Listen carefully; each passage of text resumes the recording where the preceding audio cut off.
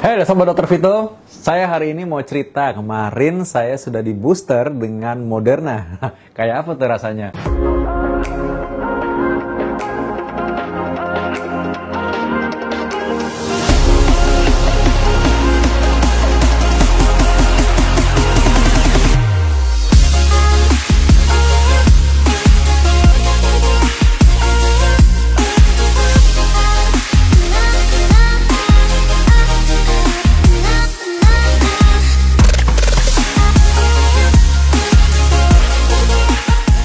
Jadi memang sejak beberapa minggu lalu sudah dimulai itu vaksinasi untuk kita yang tenaga medis yang ada di lini depan.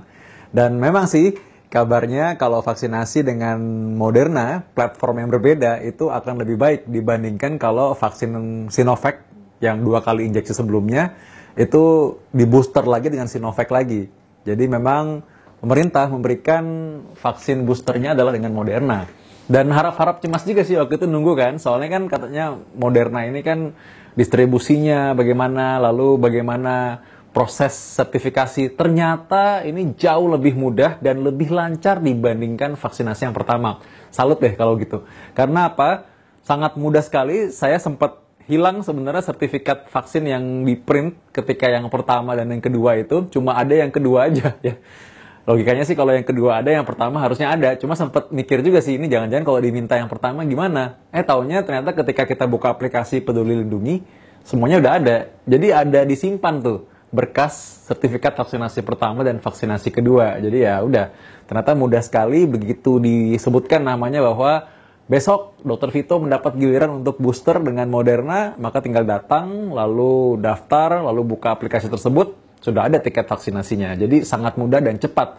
Jauh lebih terstruktur dan prosesnya pun bisa dibilang juga sangat mudah dan sederhana ya. Ngantri sebentar, itu juga ngantrinya juga kan karena semuanya dengan jaga jarak dan juga tidak berkerumun, maka kita bisa ada waktu untuk tenang sedikit ketika masuk, nggak buru-buru ditensi, santai dulu, dan tensi pun tensiku normal, lalu diperiksa cek suhu dan lain-lain, lalu ada screening, lalu akhirnya kita dilakukan vaksinasi oleh tenaga kesehatan. Dan ketika divaksinasi itu, terus terang sih kalau yang ini ya, ketika ditusukkan di deltoid, diinjeksi, itu rasanya lebih kerasa sih dibandingkan yang sebelumnya. Dulu sih Sinovac itu, kalau seingat saya, yang pertama nggak rasa apa-apa. Yang kedua kerasa dikit. Yang ketiga ini sih kerasa, ya memang kerasa. Jadi kerasa lah ada yang cus gitu masuk gitu. Nah yang memang setelah itu, rasanya beda adalah sakitnya bertahan terus. Jadi cukup lama tuh. Jadi kalau ketika awal pertama kali suntik nggak langsung sakit banget, tapi perlahan-lahan lama-lama, wah ini kembangnya kerasa gitu ya. Jadi waktu pas kita gerakan bahu kita, keangkat tangan gitu, ya kerasa gitu ada sesuatu. Dan makin lama makin berat. Nah anyway, waktu pas kita nunggu sekitar 15-30 menit observasi, nggak ada apa-apa, tensi ulang, baik-baik aja, semua kondisi oke, ya udah kita boleh keluar dari pos vaksinasi.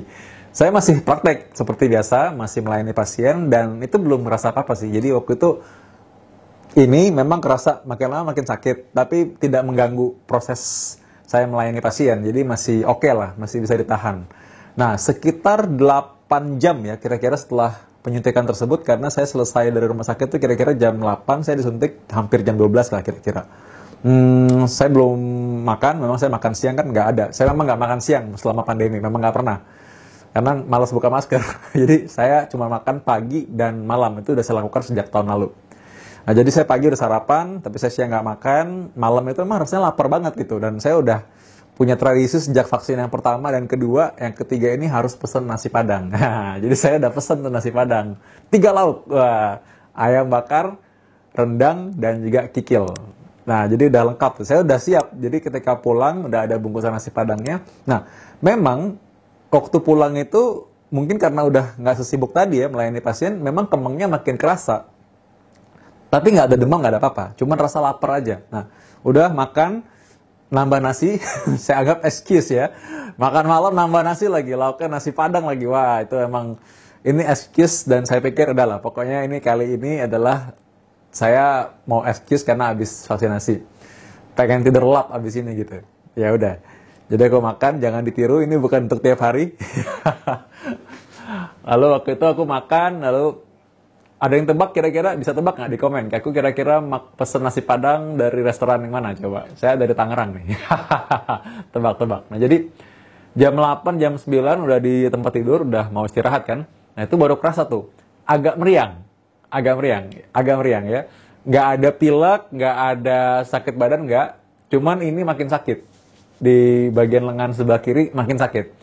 Jadi sekarang bedanya adalah ketika aku angkat piring, kerasa. Padahal kan piring kan sangat ringan ya. Angkat piring, taruh di wastafel, buat dicuci, itu kerasa. Terus udah gitu, gendong anak, kerasa. Ya udah pasti, lebih berat daripada piring ya. Kerasa. Dan meriangnya makin ada. Tapi udah, aku pikir malam, males ya kalau kebangun malam-malam, saya ambil paracetamol, tapi yang 650 mg. Saya minum 2 langsung. Karena soalnya kembang juga di sini kan, jadi minum 2 kali. Lalu saya tidur. Nah, saya tuh mulai rasakan saya selalu biasa bangun jam 4 pagi. Jadi pas bangun jam 4 pagi itu, saya biasa bangun sebentar. Biasanya kan saya ya baca-baca buku atau apa gitu. Ini nggak kuat sih. Benar-benar kayak bangun tuh, aduh kok lemas banget ya, kelengan gitu. Akhirnya tidur lagi. Nah, saya mulai bangun lagi jam 8, hampir setengah 9. Itu kerasa memang lemes sekali ya. Lemesnya tuh kayak gini. Kalau ada yang pernah demam berdarah, mirip kayak gitu. Tapi nggak panasnya nggak kayak gitu. Jadi nggak sampai demam tinggi nggak, tapi lemesnya mirip. Nah, kalau ada yang pernah rasa demam berdarah kayak gitu. Atau pernah ngerasa kayak mau pilek ya, kayak mau flu gitu ya. Nah, ini hampir mau flu tapi nggak sampai panas, nggak sampai demam. Tapi rasanya kayak gitu. Nah, yaudah. Tapi aku jam setengah 9 udah bangun. Akhirnya ngobrol. Aku makan roti sedikit. Terus aku, ya udah. Aku ngobrol sama istri sebentar, ngobrol biasa, ada ngurusin kerjaan sebagian tapi lewat laptop sih, jadi aku bisa pakai laptop. Nah, cuman memang kerasa badan tuh kayak mau rebahan gitu ya. Udah aku selesaiin cepet-cepet kerjaan itu dari laptop itu dan jam 11-an tidur lagi. Nah, yang jam 11 ini rasa kemengnya nggak tambah hebat. Begitu-begitu aja, stabil. Biasa-biasa aja, jadi nggak tambah sakit lagi. Sakitnya itu cuman memang kerasanya bahwa selalu kerasa bahwa ini ada nyut-nyutnya gitu di bagian kiri. Itu selalu ada nyut-nyutnya. Ini. Jadi ini yang paling sakit cuman begitu aja. Tapi nggak sampai mengganggu sekali sih nggak. Cuma memang kerasa gitu bahwa something happen, something yang beda gitu lah pokoknya. Lalu ketika tidur itu aku bangun jam 1 atau jam 2 siang ya, dari jam setengah 12-an gitu, tidur terlelap. Itu memang yang berasa adalah badan tuh lemes banget. Jadi kalau kayak kita lagi flu gitu, ya ini kayak lagi flu-nya gitu. Tapi sekali lagi pas diraba, nggak nyampe panas banget sih. Saya memang nggak ukur secara pasti, nggak ukur pakai termometer. Cuman ya kalau diraba, sama istri juga coba raba, juga nggak sampai panas tinggi sekali, nggak. Tapi ya agak-agak anget, ya agak-agak anget. Dan nggak muncul pilek, padahal kayak pilek rasanya, tapi nggak muncul pilek. Jadi hidung nggak tersumbat. Terus leher nggak batuk-batuk, nggak ada batuk lah pokoknya sama sekali. Cuman rada anget aja badan rasanya dan pengennya tidur terus. Nah, lalu aku siang itu makan lagi ya. Sempat makan. Terus makan nasi pakai ayam bakar. Lalu aku makan tempe orek. Dan itu memang nafsu makan tambah tinggi ya. Aku entah kenapa nafsu makan tambah tinggi, aku nambah cukup banyak. Terus aku minum jahe, minum teh hangat. Udah itu udah enak. Tapi nggak berapa lama setelah itu lemesnya masih ada kan. Jadi ya tidur lagi. Tidur lagi. Nah tidur lagi itu aku rasa ketika tidur bangun sama aja. Makin kelengan. Nah itu puncaknya. Kalau aku lihat-lihat tuh kira-kira 24 jam sampai hampir 30 jam setelah vaksinasinya. Karena berarti kan itu siang-siang kan. Jam 12, jam 1. Jam 3, jam 4 itu 4 jam yang menurutku paling berat. Itu bener-bener lemes, bener-bener nggak enak, terus perutku udah mulai rasa nggak enak gitu ya. Bukan karena kekenyangan, aku rasa perutnya tuh lebih ke nyeri ulu hati. Aku nggak terlalu punya masalah mah sih, jadi nggak pernah masalah mah lah. Tapi ini memang aku periksa diri sendiri ya. Ya dokter kan cek diri sendiri ya, cek diri sendiri, raba gitu. Ini sih memang masalahnya kok nyeri ulu hatinya, nyeri di lambung gitu kan. Oke, aku minum teh hangat lagi, makan roti sedikit, terus lagi tuh minum jahe, dan tidur lagi. Tidur lagi jam 8 malam baru bangun, jadi lumayan lama tidurnya. Dan itu sama sih, masih kelengan. Aku pikir, oh lah, mungkin gara-gara kebanyakan tidur kali, jadi kayak keder gitu ya, kurang aktivitas kan. Jadi udah aku coba bangun, jalan-jalan, jalan-jalan sekitar rumah maksudnya, jalan-jalan sekitar rumah, turun ke bawah, terus lihat baca-baca buku. Tapi begitu duduk baca buku, aduh itu pusing, kepala berat banget. Jadi kepala tuh bener-bener kayak mau tidur terus, berat gitu. Anyway, aku pikir ya sudahlah, ini memang kayaknya baru kerasa nih sekarang. Jadi dalam jangka waktu 24 jam dan setelahnya itu kayaknya tuh memang berat sekali. Nah, jam 9 malam agak mendingan. Agak mendingan. Kenapa? Karena waktu aku habis tidur lagi, bangun lagi, tidur sebentar lah, mungkin cuma sejam, jam 9, setengah 10, aku makan lagi. Gila, ini makan berapa kali ya? Coba dihitung tadi tuh makan udah berapa kali tuh? 4 ya? Nah, makan lagi. Dan ini bukan makan kecil ya, ini makan gede nih. Jadi makan lagi. Makan nasi, terus aku makan sayur kangkung sama tempe kayak ditumis gitu lah. Ya, terus aku makan itu sama ikan kecil-kecil gitu lah ya. Nah, aku makan itu, terus udah gitu pesen pizza. Jadi makan pizza juga. Makan malamnya 2. Gitu. Aku makan pizza, terus makan pizzanya juga 2 atau 3 slice gitu. Lumayan jadi. Terus minum lagi, minum jahe hangat lagi, air hangat, terus minum teh manis. Hampir nggak ada gula sih ya. Gulanya dikit banget, itu juga karena nggak sengaja dicampur. Aku udah bilang jangan pakai gula. Nah, akhirnya aku udah makan itu agak mendingan. Agak mendingan kenapa? Karena gini, karena pas lagi duduk, terus aku coba buka buku lagi dan dengerin musik gitu ya. Bisa gitu duduk. Oke, aku pikir udah lumayan mendingan nih. Itu sampai jam 10, setengah 11 kan. Akhirnya main sama anak, udah mulai bisa ya. Gendong anak juga udah mulai bisa juga. Maksudnya nggak terlalu sesakit kemarin yang bagian bahu sebelah kiri. Aku main-main sampai mungkin jam 11, setengah 12 lah ya. Anakku baru tidur agak malam tuh. Dia baru tidur, aku juga mulai mau tidur tuh. Nah, sebelum tertidur, itu kan karena tadi mungkin kebanyakan tidur juga, jadi kan agak susah tidurnya ya, agak sulit tidurnya. Bukan sulit sih, memang akhirnya ya nggak tidur juga, cuman yang ngobrol sebentar sama istri, terus udah gitu, ini kan di luar kebiasaan tidurku ya, biasa tidur agak cepet. Jadi ya agak aneh aja gitu rasanya. Nah, bedanya gini, jam 1 pagi, aku keluar kan, mau ke toilet. Aku jalan kok, ini sehat banget rasanya. Jadi suddenly aja, tiba-tiba tuh bener-bener sehat banget rasanya. Jadi kayak bener-bener fresh gitu. Aku hampir memutuskan, ini ada sepeda statis di rumah, apa sekarang olahraga? Tadi kan mumpung nggak sempet kan tadi pakai olahraga karena teler gitu kan habis divaksin. Saking segernya gitu, ini energi mau dikeluarin kemana nih gitu. Ya udah, akhirnya aku memutuskan, udahlah. Karena ingat besok paginya, ya which mean hari ini sebenarnya. Tadi ada tugas siaran di TV One, jadi gue pikir udah janganlah. Nanti tiba-tiba tepar lagi. Udahlah istirahat dulu lah, udah istirahat dulu. Yakinkan supaya besok tuh benar-benar fresh. Dan hari ini kan juga ke rumah sakit lagi kan, pelayanan di rumah sakit. Jadi gue pikir ya, besok karena udah kerja, udah tahu ada jadwal ketemu pasien juga. Udah gitu jadwal juga istriku hari ini divaksinasi. Jadi aku juga pikir ya, kalau istriku sekarang divaksinasi dia tepar kayak aku ya, aku harus sehat nih berarti kan. Jadi ya udah jaga-jaga. Aku urungkan, aku nggak jadi niat untuk sepeda statis, jadi gue pikir udah lah. Tapi memang rasanya seger banget. Jadi aku optimis besok pagi bangun seger. Nah, tadi pagi bangun 5, kayak biasa udah bisa. Jadi udah kayak biasa, bener-bener fit. Aku udah bisa olahraga tapi nggak bisa pakai tangan ya. Tangan masih agak-agak perasa tapi ya udah jauh kurang. Terus aku udah bisa lari-lari, udah bisa duduk baca seperti biasa, bener-bener kayak biasa. Akhirnya tadi pagi aktivitas seperti biasa, di rumah sakit pun seperti biasa, aku naik tangga dari lantai 2 sampai lantai 19, ya praktik di lantai 19. Naik tangga, seperti biasa juga, masih selalu naik tangga. As usual, sampai hari ini akhirnya aku putuskan untuk membagi ini kepada semua teman-teman Sobat Dr. Vito, supaya tidak takut dan berani untuk vaksinasi, dan menceritakan ini supaya nggak kaget gitu. Nanti kalau misalkan Anda divaksinasi, jangan kaget kalau hal seperti ini terjadi, karena memang ya ini sudah sewajarnya, dan ini bukan hal yang nggak bisa ditahan.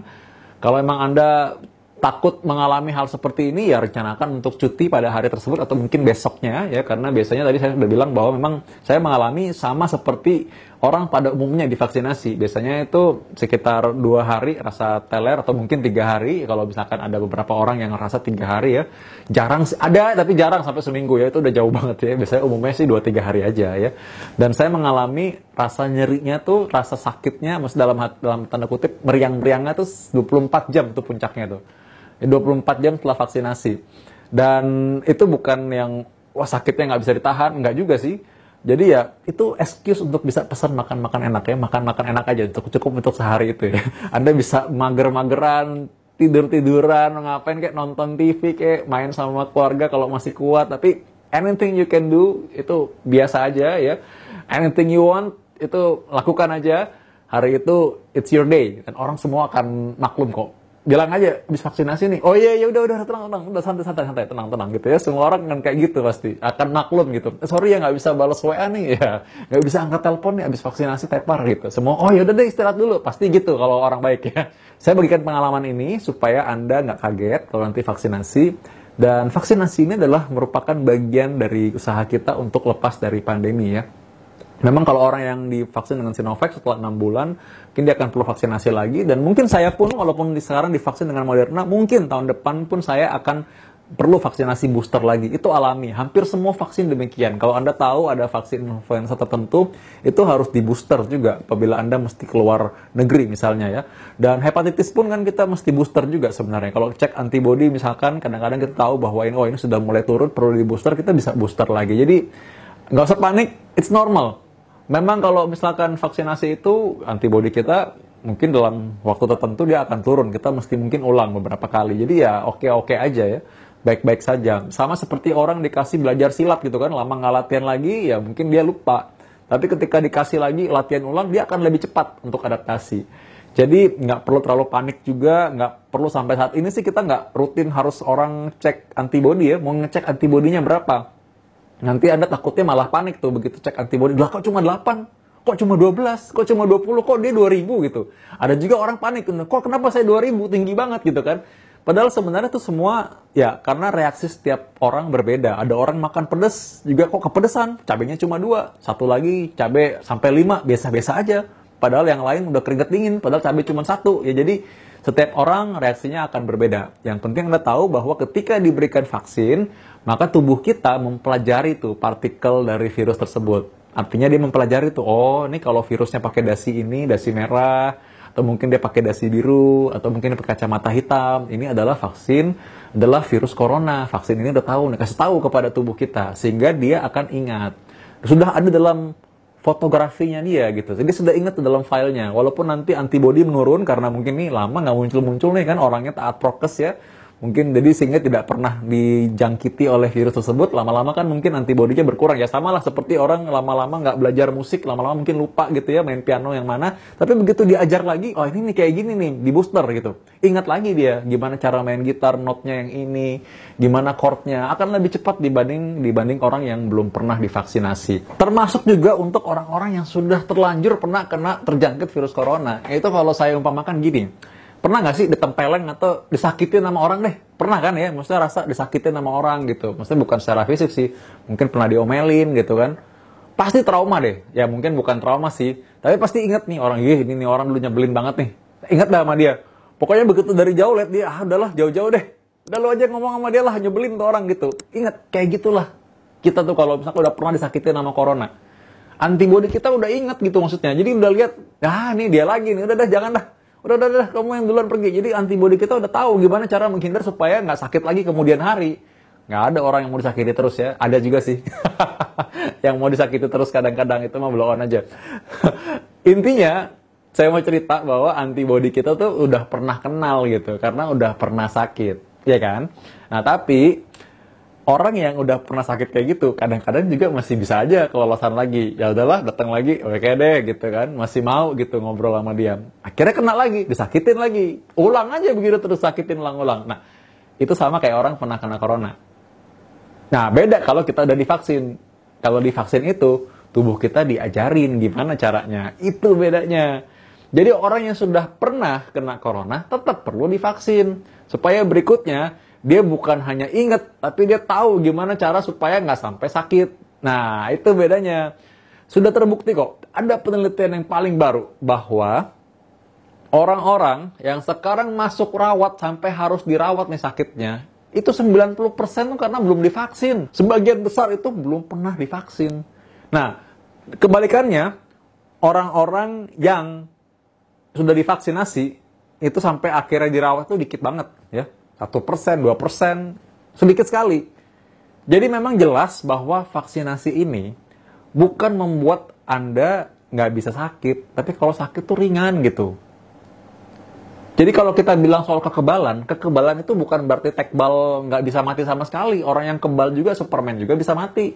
Dihajar juga bisa masih ya. Cuman maksudnya dibanding orang lain mah dia mendingan gitu.